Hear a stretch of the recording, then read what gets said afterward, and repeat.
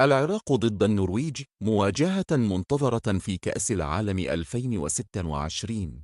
يخوض المنتخب العراقي اختبارا صعبا عندما يلتقي منتخب النرويج ضمن منافسات كأس العالم 2026 في مباراة تحمل الكثير من الترقب والإثارة داخل المجموعة التاسعة التي تضم أيضا فرنسا والسنغال، مما يجعل حسابات التأهل معقدة منذ الجولة الأولى. يدخل أسود الرافدين هذه المواجهة بطموح كبير من أجل تحقيق بداية قوية تعزز حظوظهم في المنافسة، معتمدين على الروح القتالية والانضباط داخل الملعب، إضافة إلى رغبة واضحة في تقديم صورة مشرفة لكرة القدم العراقية على المستوى العالمي. في المقابل، يسعى منتخب النرويج إلى فرض قوته منذ البداية، مستفيدا من قدراته الهجومية وتنظيمه التكتيكي، حيث يطمح إلى حصد أول 3 نقاط في مجموعة تبدو قوية ومليئة بالتحديات.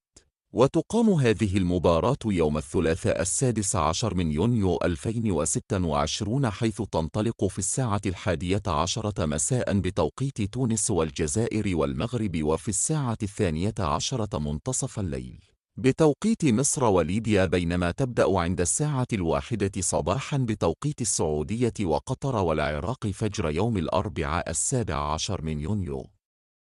أما القنوات الناقلة في الدول العربية فستكون عبر شبكة بي إن سبورت، القنوات الرئيسية والماكس، إضافة إلى إمكانية المشاهدة عبر خدمة البث المباشر بي إن كونكت، وكذلك عبر منصة تود خدمة البث الرقمي الرسمية. في النهاية تبقى هذه المواجهة مفتوحة على جميع الاحتمالات، فهل يتمكن العراق من تحقيق مفاجأة أمام منتخب قوي، أم ينجح النرويج في فرض أسلوبه والخروج بالنقاط الثلاث؟